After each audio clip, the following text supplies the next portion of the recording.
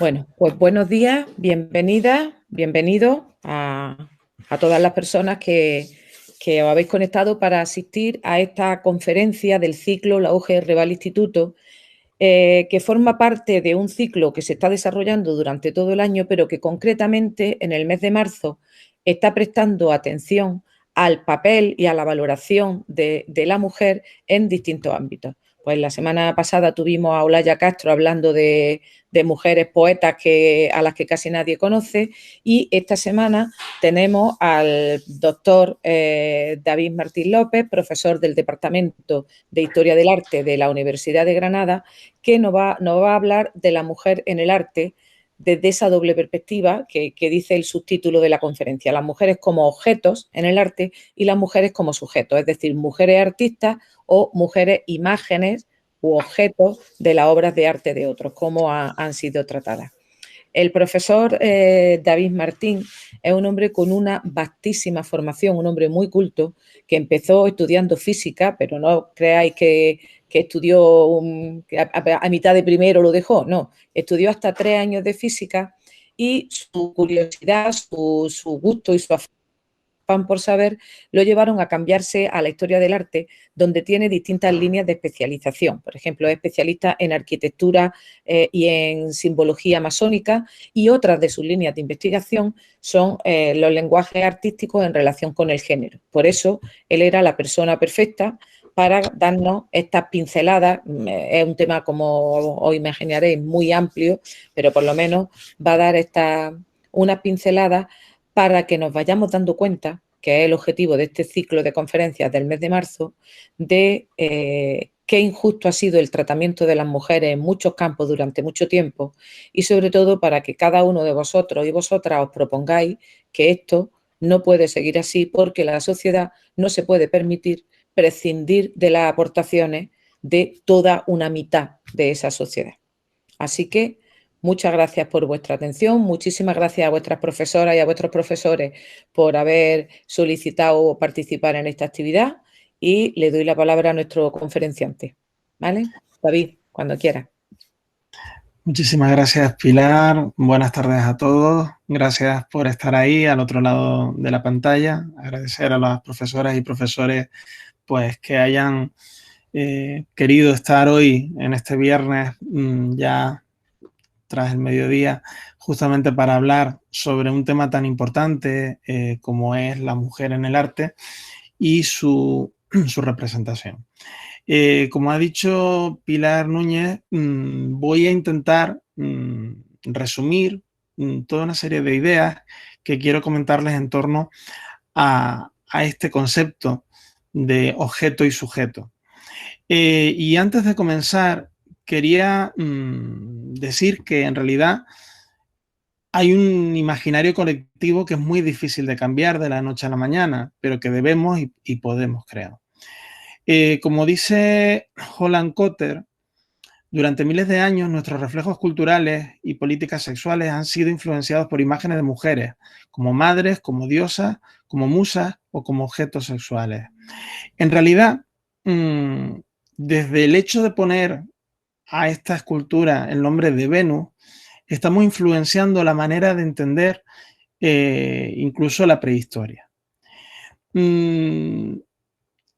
Sabemos que hay pinturas rupestres donde se representan mujeres recolectando, como este caso en la Cueva de la Araña, pero siempre la hegemonía que ha caracterizado la sociedad y la historiografía también ha influenciado en la propia prehistoria y cómo se entiende la prehistoria, y parece que no hubo hombres pintores sí, pero mujeres pintoras no. Desde hace unos años, la propia Universidad de Granada está creando las nuevas teorías de género en relación a y si también pintaron las mujeres, y a lo mejor fueron incluso mujeres artistas todas. En realidad, precisamente es con este enfoque, con esta manera de repensar todo lo que hemos admitido y hemos enseñado incluso ahí en torno al mea culpa. Somos todos productos de un contexto que todavía sigue siendo desafortunadamente misógino. Les presento a la artista más cotizada del mundo, española, en el año 2020. Lleva ya varios años siendo la más cotizada del mundo. Se trata de Lita Cabelut, que es una artista gitana, española, y que con esa doble condición se ha formado una mirada hacia la mujer de una forma extraordinaria. Sus cuadros, revalorizados por todo el mundo, reflejan una manera de hacer y de pensar de los distintos contextos geográficos, de la mujer moderna, de la mujer actual. Y me parecía interesante, para que vean, sus cuadros se cotizan más de 120.000 euros al año, mucho más que cualquier otro artista que nos pueda venir a la mente. Y sin embargo, ese hecho de la condición de ser mujer artista, pues posiblemente sea la primera vez que oyen hablar de ella. Y es que, en realidad, llevamos muchos miles de años con mujeres artistas, incluso en España. Lo de incluso en España era una ironía, pero es que en realidad es así. Desde la monja miniaturista Ende, que actúa en el Beato de Gerona a finales del siglo X, ya nos encontramos mujeres creadoras. Pero es que si nos remontamos a esa prehistoria, también las tuvo que haber, sin duda alguna. El hecho de no firmar las obras, de haber un carácter anónimo en muchas de ellas, ha hecho que no conozcamos y que no recuperemos ese sentido biográfico. Si yo les dijera que los edificios más bellos de la arquitectura contemporánea, que también es arte, que a veces nos olvidamos, aquí vamos a tratar todas las artes excepto el séptimo arte, que es el cine, están hechos por mujeres y por mujeres rompedoras, como el caso de la anglo-iraquí Zaha Hadid, que hace una de las magníficas obras en el Centro Heydar Aliyev, en Azerbaiyán, que fue ganadora, la única mujer ganadora del premio Pritzker de arquitectura, ha fallecido en el 2016. Deberíamos de entender que en muchas ocasiones, por no nombrar el nombre completo y a lo mejor hablar solo de Hadid o de Gaudí y no decir Antonio, no decir Zaha, muchas veces obviamos nombres de mujer. Y eso pasa constantemente. Zaha Hadid fue una de las grandes pioneras de la arquitectura moderna y contemporánea, pero también del diseño. Se atrevió hasta a hacer prototipos de coches de hidrógeno. Realizó obras interesantísimas, fábricas como la de BMW en Alemania, edificios de bomberos, museos tan interesantes como el Maxi de Roma. Pero es que siempre, siempre las mujeres también han sido creadoras e incluso arquitectos, como muchas ocasiones podemos ver pues desde los Hopi, los Masái, pero también en la arquitectura italiana. En un momento donde la mujer a priori no puede ser arquitecto, Plautilla Ricci aparece haciendo no solo monumentos, sino también diseñando villas dentro de Roma y participando en la capilla de San Luis de los franceses en Roma. Nosotros en España tuvimos que esperar a 1936, empezó en 1927, Matilde Ocellay, y desafortunadamente llegó la guerra civil y no pudo ejercer como mujer arquitecto, y esas circunstancias hicieron que tuviéramos un retraso a lo largo de siglos, como pueden imaginar. Y es que a través de obras como la que propone la periodista e historiadora del arte Ángeles Caso, con esta edición hace pocos años de ellas mismas, Autorretratos de pintora, en su introducción propone una revisión historiográfica que creo que es necesaria y urgente. considera que las mujeres a lo largo de la historia se han visto como santas, como reinas, como Venus, como Atenea, o como femme fatale, como prostitutas, ya veremos. Siempre el eterno dilema de Venus, aparece Venus como la mujer por excelencia de esa belleza, pero también de esa candidez, de esa dulzura, algo que es un estigma a la hora de la representación en el imaginario colectivo de la mujer. Esta obra, por ejemplo, de Bouguereau, fue interpretada y ganó concursos, mientras otras obras de mujeres que representaban la contemporaneidad y la mujer incluso vestida coetánea se malinterpretaron y se entendieron como obscenas, mientras esta representación era canónica dentro de esa etapa del París de Napoleón III. La mujer siempre objeto de cualquier artista. Cualquier artista que se preciara vender, con el simple hecho de hacer una virgen, ya vendía. Y me gusta esta imagen de José Antolínez, donde aparece el pintor pobre representando una virgen. Una virgen, una maternidad con su niño, Jesús, es vendible.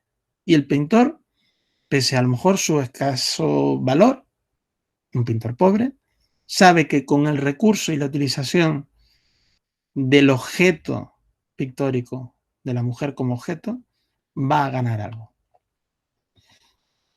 Iconografías singulares que en algunos momentos tuvieron una lectura simbólica y mística obvia, como la Virgen amamantando a San Bernardo de Claraval, con una serie de singularidades que tenían para ser hermanos en Cristo los personajes de determinadas órdenes. Sin embargo, en un momento se consideró indecoroso. Aquí tienen obras de pintores españoles, obras de escuelas cusqueñas. Aquí lo hace una mujer, la Roldana, una pionera en la escultura que hablaremos luego de ella. En realidad, la ternura que muestra esta relación pictórica materno-infantil en el barroco es singularísima.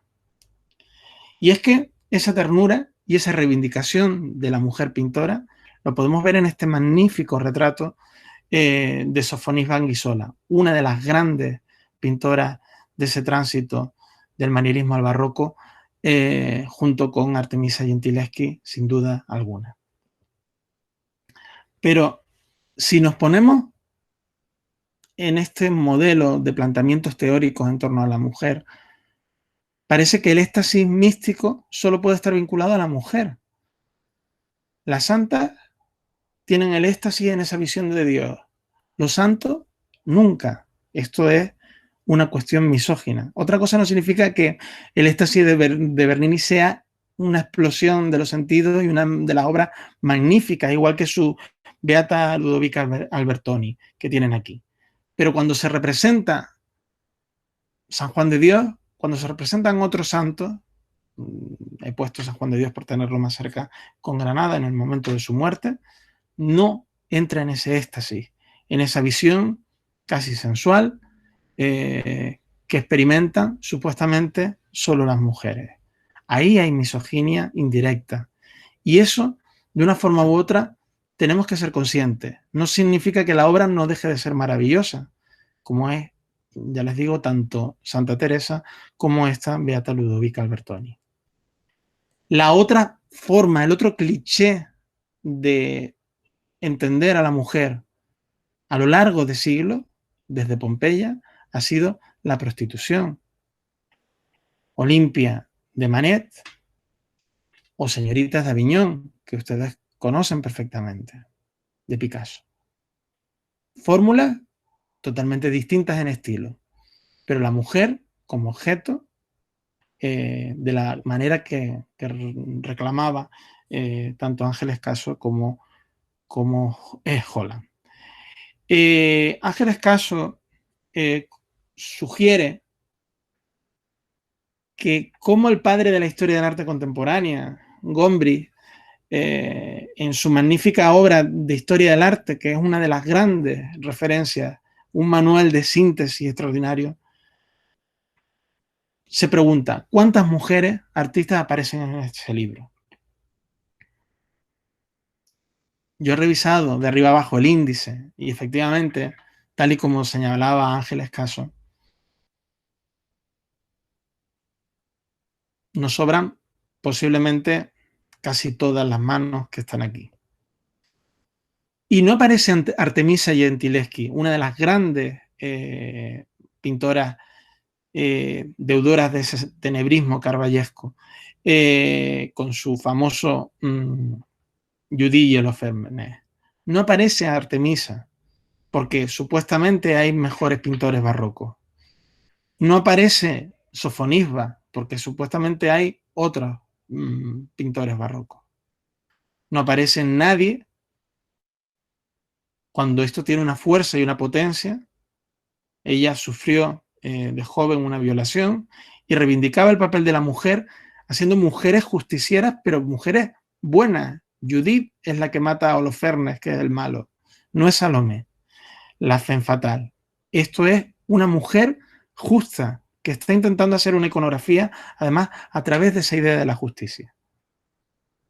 Sanguinaria, como el barroco, rotunda, espectacular, y sin embargo, Gombrich no habla de ella. La única mujer, curiosamente, es Kate Colvitz.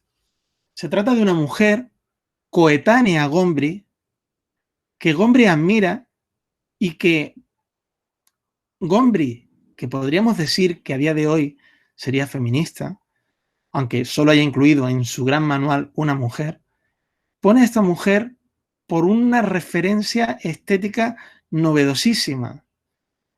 Una mujer cuyos padres le permitieron estudiar y trasladarse precisamente a Berlín para poder estudiar, carente en su entorno y en su contexto cultural de referentes femeninos que estuvieran en la cultura, hace un retrato de la sociedad y de la pobreza y la explotación de la mujer, que va a entroncar luego con directrices del comunismo a posteriori, pero que en los momentos en los que nos encontramos, en 1892, es rotundo y es moderno, denuncia casi la semiesclavitud que tiene la mujer en el campo, a través de sus grabados, de sus composiciones, realiza obras grandilocuentes como esta Mujer con niño muerto, que le va a servir una vez que empiece la Primera Guerra Mundial para sus representaciones como esta Pietà. Su hijo muere en la Primera Guerra Mundial. Ella se declara antibelicista, no quiere la guerra y refleja el sufrimiento como hay pocas artistas y pocos artistas que hayan hecho. Por eso Gombrich habla de esta mujer dedicándole 4 párrafos de 600 páginas. Una obra excepcional. Pero cierto es que las mujeres han sido representadas como seres de extrema delicadeza, como femme fatale, representando bondad, candidez, crueldad, lujuria. ¿Dónde quedan las representaciones de la mujer y su condición profesional? Ya lo veremos ahora. Siempre la alegoría, la mujer, alegoría del buen gobierno, alegoría de la paz, de la justicia, de la esperanza, alegorías cristianas, nunca ha habido problema. Alegoría del bien, como aquella Judith con espada. Lucas Cranach pone la misma mujer para representar el bien y el mal. El mal, Salomé, la que mata a San Juan Bautista, la que pide precisamente su cabeza por parte de Herodes y Herodías, como saben. Esa mujer que va a ser la sensualidad también a lo largo de la historia y del simbolismo que va a ser representada. Esa es la idea de femme fatale. Hay colores malditos para la mujer. Nos ha llegado esta magnífica obra, que era un retrato de María Rusiñol, la hija de Rusiñol, que tuvo que cambiar el nombre como Hermana de la Rosa, porque supuestamente el color aludía a la prostitución y para una, en lo que se llamaba en esa época, señorita de una burguesía acomodada y cultural tan importante como era el caso de María, el representarse de rojo tenía una connotación negativa, pese a que el rojo es símbolo del cristianismo, símbolo del martirio y tiene un montón de cualidades positivas. El rojo también es prostitución. El rojo es una alegoría de la femme fatal y por tanto no podía una mujer de su rango tenerlo.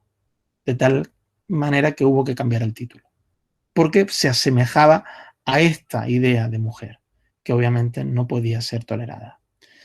A lo largo de siglos, la mujer se ha representado componiendo música, leyendo cartas, en la mejor de las maneras. Normalmente en la cocina, friendo huevos. La lechera de Fermer. Yo no digo que Playmobil pueda ser un Playmobil, nunca mejor dicho, de esta lechera en el Rijksmuseum, pero al final es estereotipo porque Playmobil, cuando juega con otros aspectos de la historia, van a ser guerreros, fornidos, griegos o romanos. Y es que el olvido, la ignorancia, hace que no reconozcamos a las mujeres pioneras. Pero es que posiblemente no haya sido solo olvido. Ha sido también un posicionamiento teórico en donde también se encuentra la misoginia. Hay una serie reciente con Nieves Costrina de Conductora que ha permitido entender nuevas visiones de pioneras en la historia y en la historia del arte, dedica nada más y nada menos que a la Roldana. La Roldana, la hija de Pedro Roldán, uno de los grandes artistas sevillanos, se forma con su padre en el taller, con la mirada paterna y con las lecciones del padre, porque la mujer no puede acceder a un taller de escultura en este momento, está vetado, salvo esas hijas, sobrinas de artistas, y llega a ser nada más y nada menos que la escultora de cámara de dos reyes españoles. Aparece en el Parnaso español, la única mujer artista que aparece en ese Parnaso español de Antonio Palomino. Y fíjense, murió esta eminente escultora dejando inmortal su nombre. Yo la conocí y visité muchas veces, era su modestia suma. Pero fíjense, ¿hubiera dicho de un hombre al final Palomino esto? Se revestía tanto de aquel afecto compasivo que no las podía ejecutar sin lágrimas. Sobraba la idea de las lágrimas. O si era verdad, se puede decir de otro modo, porque al final es la mujer que llora, la mujer frágil, la mujer sentimental. Fue, como hemos dicho, escultora de cámara. Aquí he puesto pintora, una rata mía, de Carlos II y Felipe V. Además, el término de escultor de cámara no era tan habitual, pero ella lo consigue. Haciendo obras tan paradigmáticas y trabajando para dos monarquías totalmente distintas. Para Felipe V, tras su acceso al trono español, hace este entierro de Cristo formidable. Sus barros son espectaculares. Y sin embargo, cuando muere, muere en pobreza. Pobreza de solemnidad. Dice que no tiene dinero y suplica al cura de la iglesia parroquial que en el fallecimiento haga entregar su cuerpo en el sitio o parte del lugar sagrado que le pareciere, si bien sufragio de su alma que pudiera tenerse en atención su suma cortedad de medios, así lo espera a su gran caridad. No tiene dinero porque los reyes nunca le dieron la pensión vitalicia que le correspondía por ser escultora de cámara. y haciendo obras magníficas para la corona. Pero es que, fíjense, la misoginia sigue. Cuando vemos esta obra en la Navidad del 2011, aparece el Museo de Guadalajara, que es donde está, pero por ningún lado aparece quién es la autora. Y entonces vamos a pensar que es un hombre, un escultor, cuando es la Roldana. Luisa Roldán ejecutó obras de una gran belleza y de una gran novedad, no solo técnica en sus barros, sino en sus esculturas de madera. Soluciones por cromatismo, por pazos, por elementos singularísimos que, sin embargo, la historiografía ha obviado y ha denostado durante mucho tiempo, por miedo a desatribuir algunas obras a su padre, el gran escultor sevillano. Fíjense hasta dónde llega la hipocresía a veces en la historia del arte. Pero en la historia del arte es la historia de la sociedad, la historia de la cultura. Recientemente se ha comprado en el Museo de Bellas Artes de Sevilla esta terracota que habíamos visto antes. Las mujeres escultoras han tenido muchos problemas a lo largo de su historia. Anne Seymour Damer nos encontramos pintada por Joshua Reynolds y haciendo esculturas incluso para Jefferson, para Washington, cómo es criticada en vida por la sociedad, diciendo que nunca va a ser una buena escultura de un hombre porque no lo puede ver desnudo. Las academias no permiten ver desnudo a un hombre para la mujer, para el hombre sí. Se forma con Giuseppe Serracci y fíjense, en esta magnífica escultura que le dedica su maestro a ella, es un retrato de la escultora, ponen esta alegoría casi de Prometeo, esta alegoría de un hombre, de una escultura que todavía en la historia del arte no ha descifrado bien qué puede ser, pero tiene al hombre en su mano, tiene el poder. Que su maestro haya hecho esta belleza de escultura con esa simbología y esa carga, y además bajo sus pies están las herramientas de escultora. Las escultoras han sufrido mucho porque encima la pintura parece delicada, se puede hasta entender y tolerar, entre comillas lo de tolerar, teniendo en cuenta la época en la que nos encontramos. Sin embargo, que sea escultora, que trabaje con masa, martillo, que labre la piedra, que genere un discurso, que se tenga que poner un mono de operario, como es el que Lola Mora en Buenos Aires está, para esculpir esta Nereida, es intolerable. Y así, con este baño de Venus, con la Nereida, en esta fuente magnífica, la parte del hombre es circunstancial. Y las Nereidas son quienes están con Venus. En una magnífica obra que bien nos puede recordar otros modelos. Fíjense aquí a Lola Mora retratando en su estudio. Hay que decir que una buena escultora con comitentes progresistas que toleraban en esa época que pudiera esculpirle un busto, cuando no era la cuestión más habitual. Eso es modernidad, y modernidad de también quien paga la obra, quien la encomienda, y un tente cordiales que ha hecho que progresemos y que avancemos, pero todavía nos falta mucho. Tengo que hacer esta aclaración de la perspectiva de género en toda esta cuestión relativa a la historia del arte. Esta magnífica obra de Bernini es un rapto a la fuerza, a la voluntad, es Proserpina, que va a ser violada. Y eso hay que entenderlo desde esa perspectiva. ¿Es una obra maravillosa? Sin duda. ¿Es una obra culmen de Bernini? Sin duda. Pero aquí, además de esa belleza conceptual y estética, hay que entender que hay detrás un sufrimiento. Igual que en el rapto de la Sabina. Igual que en esta obra también del rapto de la Sabina de Francisco Pradilla, que sí refleja en cierta medida, ese sentido también del sufrimiento.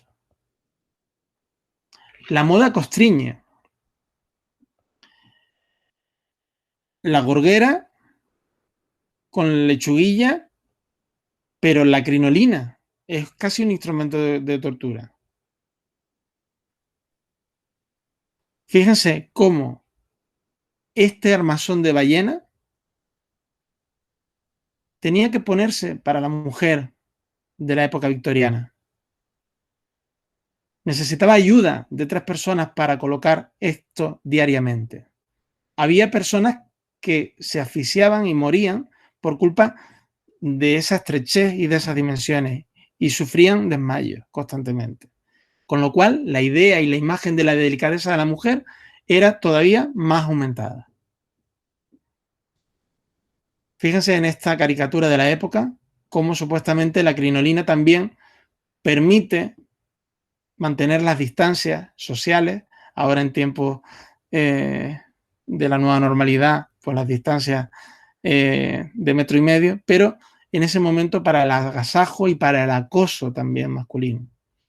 Digamos, un instrumento de tortura que a veces se incendiaba, esto es verdadero y verídico, y provocaba muchas cuestiones.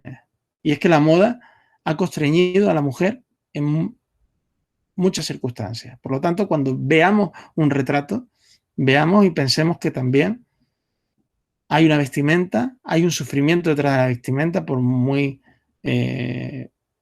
interesante que veamos a la emperatriz María Eugenia con sus damas de honor, pero también hay un componente de tortura. La familia. La mujer destinada al matrimonio o a la vida contemplativa, parece que su destino final es ser el ama de casa, ser una dama distinguida y cuidar a su familia. Con las ideas ilustradas en el siglo XVIII, ya la burguesía implementa nuevas posiciones. La mujer lectora, la mujer que incluso compone música, pero el piano, el arpa, van a ser habilidades habituales de la mujer. En la representación no es nada arbitrario. Fíjense como siempre en estas familias del siglo XVIII y del XIX, como las que les presento aquí, va a haber una mujer tocando los primeros prolegómenos del piano tal y como lo conocemos, ¿no? Los clavicémbalos y los teclados previos. Y saben leer las partituras. Y saben ya de música. Hay unas lecciones detrás, un aprendizaje. El problema es que es un aprendizaje para ser una buena esposa, no para tener libertad. Por lo tanto, hay que entender estas perspectivas siempre desde unas cualidades de género.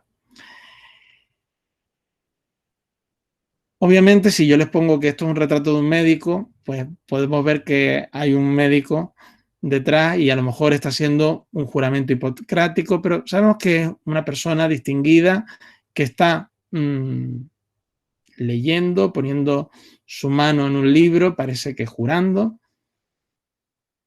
En los retratos masculinos, la profesión prácticamente la podemos intuir y observar sin problema. ¿Qué sucede con el retrato femenino? Si yo les pongo a estas dos personas y les digo que son una destacada escritora como es Gertrudis Gómez de Avellaneda, que luchó por estar en un sillón de la Real Academia y fue denegado por el hermano de Federico de Madrazo 3 años antes de hacer este cuadro. O si yo les pongo a la condesa de Vilches, Amalia de Llano y Dotres, nadie imaginaría que estamos ante dos referentes de la escritura del siglo XIX. La representación constriñe la idea y el imaginario que nos hemos hecho. Cuando a mí me enseñaron esta obra en Historia del Arte, jamás supe que esta mujer, además de condesa, era una notable y apasionada de las artes, pero notable escritora y poeta. Jamás lo pude saber porque su representación induce a error. Y ese es el gran problema, el inducir a error. El siglo XIX va emancipándose y va permitiendo nuevas formas y nuevas maneras de entender a la sociedad y a la mujer. Pero es que ni siquiera las reinas en España podemos saber que son reinas por sus atributos hasta llegado el XIX.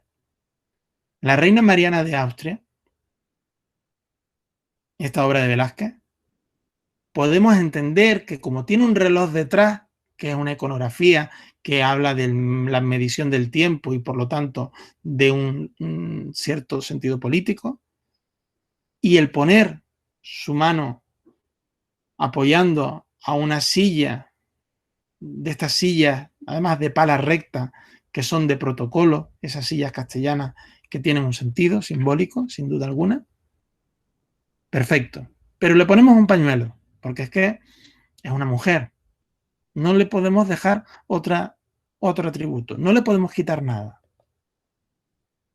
La infanta Isabel Clara Eugenia, que va a tener mando casi de virreina, con una importancia en la política fundamental.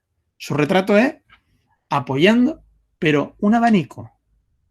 No podemos poner otra cosa. Hay que tener cuidado. Estoy hablando de una forma irónica, obviamente. Es que de hecho María Luisa de Parma, cuando fue princesa de Asturias, le ponemos unas flores. Pero es que cuando es reina ya, ponemos el cetro y la corona en una mesa al lado, tal y como se suele hacer con los monarcas, también es verdad. Pero ¿por qué le ponemos las flores? Fíjense en estas obras. Le ponemos el abanico en estas dos obras. ¿Hay manto de armiño ya cuando es reina? Sí, perfecto. Lo debe de tener y es un atributo. Pero sigue habiendo flores, sigue habiendo abanico, sigue habiendo pañuelos. ¿Qué necesidad? ¿A un monarca, por el contrario? Cuando es príncipe de Asturias, fíjense, le ponemos la capa de la Orden de Carlos III, es Carlos IV, este personaje, tiene la capa de la Orden de Carlos III, que es una capa azul, luego la del manto de armillo cuando asciende al trono, pero sigue siendo una fórmula donde no hay un abanico de caballero, que también se usaban, no tiene una taza de chocolate, que también bebían, no tiene un pañuelo, que también se sonaban. Es decir, ¿por qué? Porque es un hombre y la mujer hay que ponerle un elemento. Pues fíjense, en las soluciones que Goya hace, en algunos de los retratos de María Luisa de Parma, prescinde de todo elemento, ya no le pone abanico, como tienen aquí en la imagen derecha. Estos dos son de Goya, y además María Luisa de Parma, vestida ya al estilo imperio, que preconiza un poco esa actitud del estilo imperio, también con una modernidad, ya sin pelucas, ya sin aquellos grandes tocados, con la corona y sin ningún aditamento más, ni abanico, ni pañuelo, ni flores. La misma persona, fíjense cómo ha evolucionado y cómo, afortunadamente, ya con Isabel II, pues la mujer puede incluso llevar la propia corona. Ya está tocando como reina en el trono, pero es que puede incluso llevar esa corona sobre ella. De hecho, otras mujeres de un contexto del 18, como Madame de Pompadour, aparecen reflejadas con esta forma de mujer intelectual, amante de las artes y de las letras, con conocimientos de arqueología y de arquitectura, como podemos observar, que hasta altas horas de la noche lee, como puede observarse con la vela, que se ha consumido y con toda una lectura iconográfica importantísima. Hay pintoras en este periodo, como María Luis Viguel Lebrun, que van a ser pintoras destacadas. Pintará María Antonieta y su hijo. Va a ser una pintora de la corte. Queda tan prendada y fascinada con la figura de María Antonieta, que muchas veces se ha tergiversado por parte de la historiografía, que en el momento de la Revolución Francesa tendrá que huir. Y fíjense, en 1790 se atreve a hacer ella un autorretrato suyo, pintando nada más y nada menos que a la reina María Antonieta, que ha sido depuesta. Va a estar por Centro Europa y va a viajar por muchos países donde los aristócratas protegerán. Lo mismo sucede con Adelaide Laville Guiard, una persona también pintora de cámara en la corte de Luis XVI, que está orgullosa de sus discípulas, que también la retrata en ese autorretrato, que retrata a Van Loo o retrata a Pajou con el busto de su profesor, de Lemoyne. Y si no supiéramos que estos retratos son hechos por una mujer, si dijéramos simplemente Laville Guiard y no decimos Adelaide, nunca sabríamos. Y para que esta mujer pudiera llegar, tuvo la protección de personas como la tía de Luis XVI, a la que aquí retrata. Personas comitentes, hombres y mujeres. Ya en el 18 también muchas mujeres que apuestan por un corporativismo en el buen sentido. Ayuda mutua que es necesaria para generar una modernidad que de otra forma adolece la sociedad.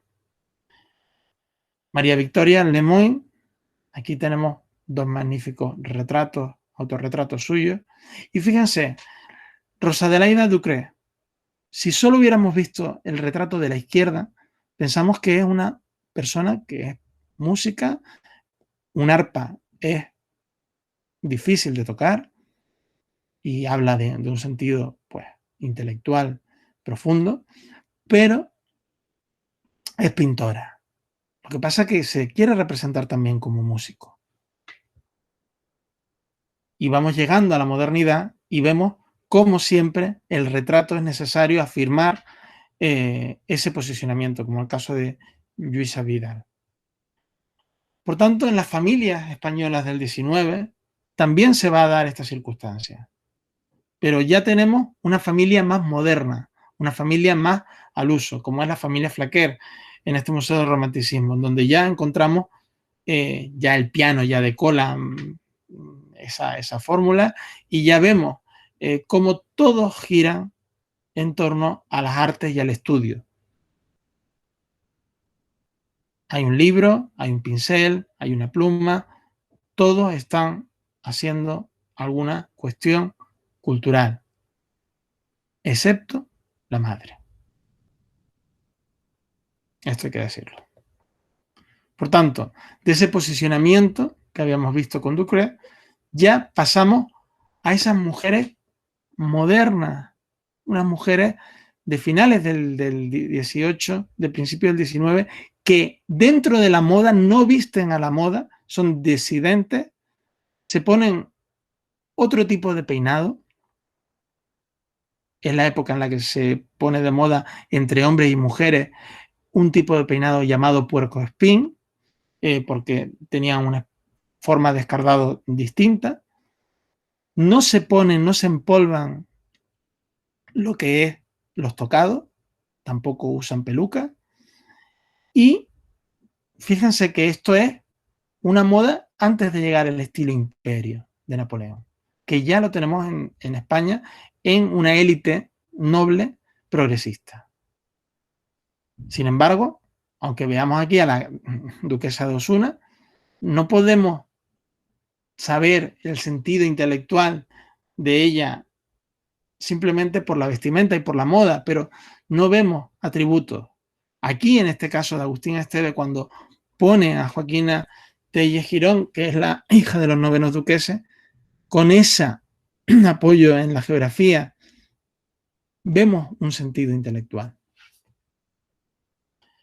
Igual que aquí vemos una mujer con poder, como la duquesa de Alba, retratada muchas veces por Goya. Sin embargo, no vemos dónde están sus inquietudes.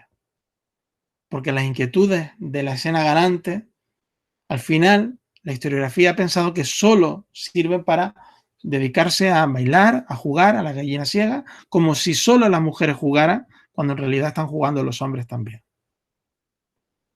Y es que dentro del estudio del artista en esta fecha, las mujeres no entran. Los que debaten de arte, los que hacen los cánones de arte y los que miran a veces con lascivia determinadas obras, aquí esta representación magnífica de Sofani, me permite ver perfectamente una Virgen, una Venus. Tenemos los dos parámetros en los que se mueve ese sentido. El desnudo, por excelencia en ese momento, al que se puede retratar, es el desnudo masculino. Y algunas academias, a finales y a principios del XIX, cogerán esculturas femeninas para poder representar. Y en el imaginario colectivo de ese momento masculino, la maja vestida, la maja desnuda. Cuadros vetados a la sociedad y que están en otro plano para no ser admirados por toda la sociedad, porque también hay una hipocresía en torno a esa fórmula. Cuando se ha hecho esta exposición de invitadas en el Museo del Prado recientemente, ya el nombre de invitadas dice, ¿por qué no están en el Prado? Son invitadas. Ya podría incluso sentirse misoginia, aunque no es el sentido, porque son pintoras que no han llegado al Prado por las vicisitudes y por las circunstancias. Pero el nombre podría inducir error si nos pusiéramos puristas. No ha sido la intención de sus comisarios. Aparece una mujer importantísima como es Aurelia Navarro, una pintora de Granada, interesante, que termina sus días en un convento en Madrid y que hace esta gran obra que en el momento no va a ser entendida por algunas personas, porque se trata de un autorretrato.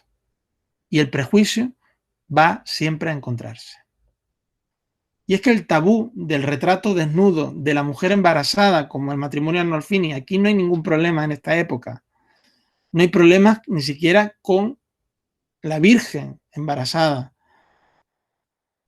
ya sea Inmaculada Concepción o ya directamente en su término con el embarazo, con el sol como Dios, o bien con el feto de Cristo, la Virgen de la Expectación, una iconografía que en el 18 va desapareciendo.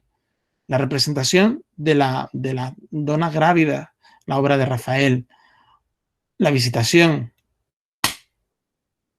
de la prima Isabel, pero el desnudo contemporáneo, cuando se trata de una mujer embarazada, se pide que se retire. Gustav Klimt se le obliga a retirar esta obra en 1903.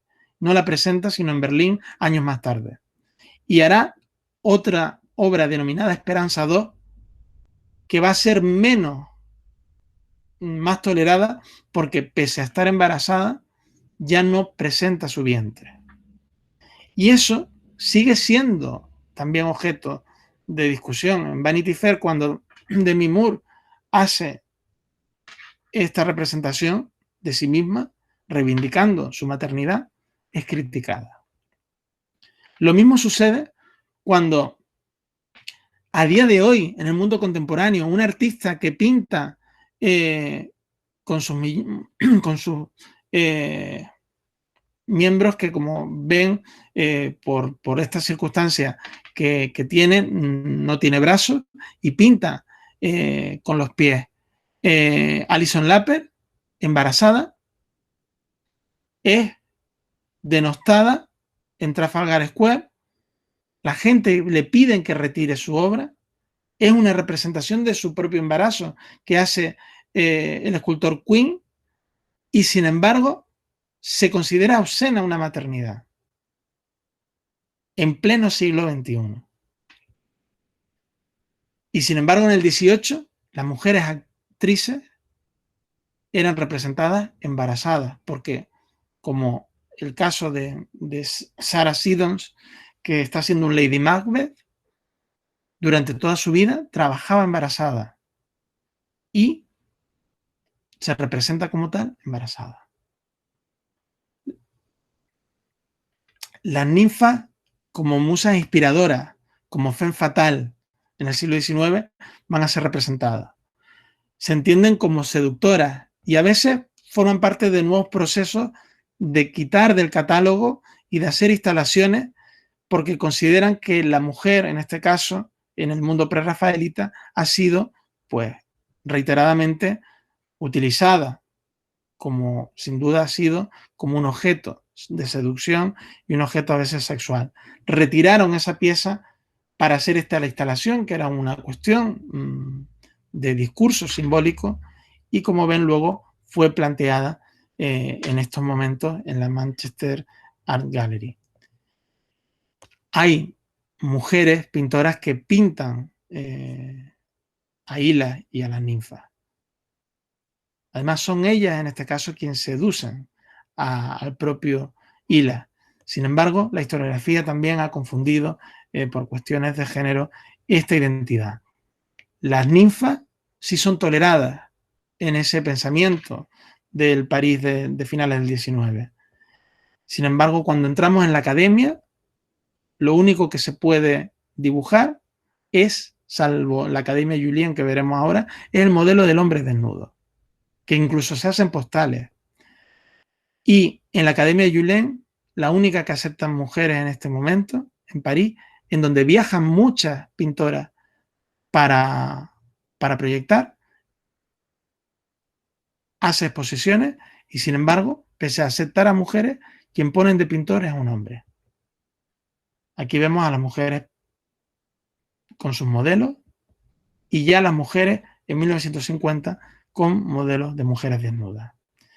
Estoy terminando justamente haciendo varias reflexiones que van a ser muy rápidas. Ese uso y objeto y abuso de la mujer como modelo del pintor, y la libertad que existe cuando calca una flor, cuando la mujer se adentra en la botánica, en ese discurso, perfectamente en su libertad puede pintar una flor, puede pintar flores, puede pintar, como esta Eva González de Edouard Manet, puede pintar desde el siglo XVII bodegones, naturalezas muertas. Clara Peters se reivindica a sí misma en la firma y en el reflejo de esos bodegones magníficos. Este posiblemente sea un autorretrato suyo. Aparece en el reflejo de casi todo. Fíjense aquí, les voy a señalar esto. Aparece aquí también, ahora lo veremos, aparece aquí su reflejo, el reflejo de mujer, el reflejo de artista, de su condición. Fíjense en el cuchillo, nada más y nada menos que en el cuchillo, Clara Peters.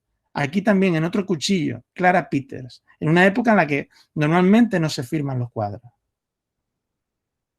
Aparece, además, con una fe, una alegoría de la fe desnuda, cuando la iconografía de la fe es vestida, es modernidad absoluta, porque además es con un crucifijo, es decir, estamos hablando de una fe religiosa. Igual que la templanza aparece totalmente desnuda. Aquí tenemos obras interesantísimas donde se sigue viendo a Clara Peters. Y en esta magnífica, que está en Karlsruhe, fíjense cuántas veces se va a ver la propia autora. Algo rotundo. Otras mujeres que hacen naturalezas muertas, Josefa de Óbidos, una pintora sevillana que se va a Óbidos, ingresa en un convento y hace estas naturalezas muertas. También hará otras representaciones. Cuando no existía la fotografía para la ciencia, esas mujeres que pueden calcar en libertad, como Marian North, va a ser la primera mujer que viaje a los 5 continentes y los no fotografíe, pero sí los pinte, los dibuje. Incluso, fíjense en esta planta, no se ha podido conseguir en flor esta planta nunca hasta 1985 y ella lo hace un siglo antes. Está en Kew Gardens, en esta gran galería, pagada por la reina Victoria, toda su obra. Virginia Houghton, pionera del arte abstracto, 40 años antes que Kandinsky, hace esto. Modernidad absoluta. No se conoce. ¿Por qué? Porque se consideraba que hablaba con fantasmas y que era espiritista. Efectivamente, hablaba con fantasmas, pero por eso se ha olvidado su obra cuando fue expuesta en Londres en esos momentos. Ruth Matilde Anderson, una mujer fotógrafa apasionante de la Hispanic Society que viaja por España y representa la pobreza del momento. Representa el trabajo y el esfuerzo de la mujer en el mar. Pinta la almadraba en Cádiz, fotografía la almadraba en Cádiz, dentro de un barco, en ese proceso virulento de matar a los atunes. Y la historiografía dice, se inspira en Sorolla, que lo había hecho unos años antes. Sorolla no está en el mar haciéndolo. Ella está con cámara en un barco de hombres, siendo una mujer, con todo lo que suponía esto en el mundo del mar a principios del siglo XX, haciendo esta rotunda modernidad. Las mujeres impresionistas. Habrán oído hablar de Berthe Morisot, de la famosa Berthe Morisot, que hacen cuadros impresionistas interesantísimas, de Marie Cassatt, norteamericana, que llega a París. No son amigas de los impresionistas, son realmente impresionistas ellas también. Aquí tenemos a Berthe Morisot, hecho por Manet, y a Marie Cassatt, hecha por Degas. Marie Cassatt hace estos cuadros con una ternura extraordinaria y un posicionamiento teórico de la mujer interesantísimo. Y para finalizar, 3 mujeres, muy rápidamente. Con la emancipación de la mujer, Tamara de Lempicka, una mujer art déco que sin prejuicios modela y genera esta modernidad absoluta dentro del Bugatti verde, con la fórmula del art déco, 1930, fíjense las fechas en las que nos encontramos. Mientras en el surrealismo, que puede ser un poco misógino, con Dalí, con otros autores, incluso decapitando a la mujer, cortándole los brazos, como es esta obra de Oscar Domínguez, de la pianista Roma, una pianista polaca judía que finalmente muere en un campo de concentración. Sin embargo, tenemos mujeres surrealistas, que el surrealismo, Tarsila do Amaral, Leonora Carrington, con su autorretrato magnífico, La hija del Minotauro, magnífica obra. Es que en esos movimientos surrealistas la mujer permite incorporar modernidad y jugar un papel destacado. Dorothea Tanning, ella considera que es el arte para salvar la cordura la que le mueve a hacer sus representaciones. Representaciones fantásticas que utilizan el mundo de la mujer de otra forma. Surrealismo cuando ya el surrealismo no existe. Año 47. Sigue haciendo pintura modernísima. Ella dice desde los 10 años que sabía que iba a ser artista y que iba a vivir en París. Era norteamericana. Hace obras magníficas como esta, inspirada en La noche de Mozart, Raquel Forner, y acabo con Maruja Mayo. Maruja Mayo es una de las grandes representantes exiliadas, vivió en Argentina, Francia y Argentina, y conocida en Nueva York y en la esfera internacional, una mujer independiente, moderna, que al igual que Raquel Forner en este guiño, pidiendo el trigo y el alimento para los pobres, ella hace sus espigas como una fórmula de compromiso social importante. con esa idea de la religión del trabajo, con ese espíritu transgresor que mira al otro, que se enfrenta y que hace una mirada totalmente distinta, que no tiene nada que ver con la esclavitud, que no tiene nada que ver con, sino la belleza de la mujer diferente, con ese compromiso social y de denuncia. Fíjense cómo preconiza antes de Picasso elementos que podemos ver luego en la obra de Picasso con el Guernica. Con esa obra, con esa foto ya al final de su vida, quiero acabar. En esa idea de paz, de prosperidad y sobre todo de dignificación de muchas mujeres creadoras en distintas vertientes que debemos de volver a remirar y repensar y creer en que han sido obviadas, pero han existido. Muchas gracias. Muy bien. Muchísimas gracias, David. Estupenda conferencia que ha cumplido perfectamente el objetivo que queríamos cumplir, que era eso. Primero, ver cómo han sido tratadas las mujeres cuando son objeto de representación artística y qué ha pasado, cómo han sido silenciadas cuando han sido ellas las creadoras.